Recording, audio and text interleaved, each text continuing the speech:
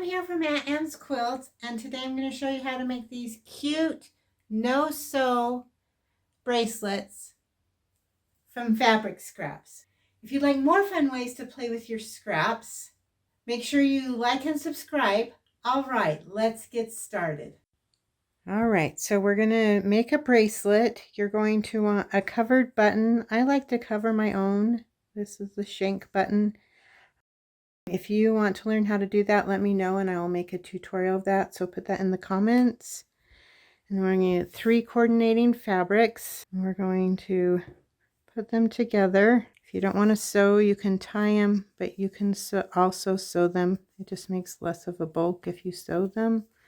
But I know some people don't want to sew, so we're going to do it this way. And just try and get that in as small as you can. Okay, then we're going to take one of these and we're going to stick it through the shank. And I find I'm using a purple thing. Just kind of twist it and push it through. And just make sure your knot's tied really well. And we're going to trim this extra in a minute here. And we're just going to start braiding.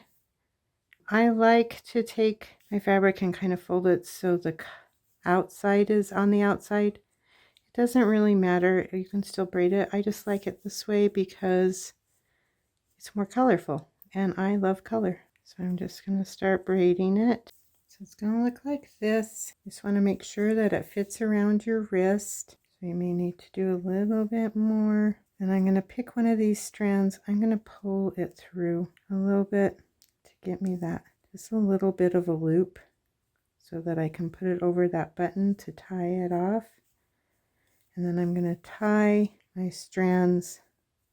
You can also sew this. I've sewn them before, but if you don't want to do any sewing, this will work. Just make sure your strand is there and just pull that tight. I'm going to play with this because that's looser than I want. So if it's looser than you want, kind of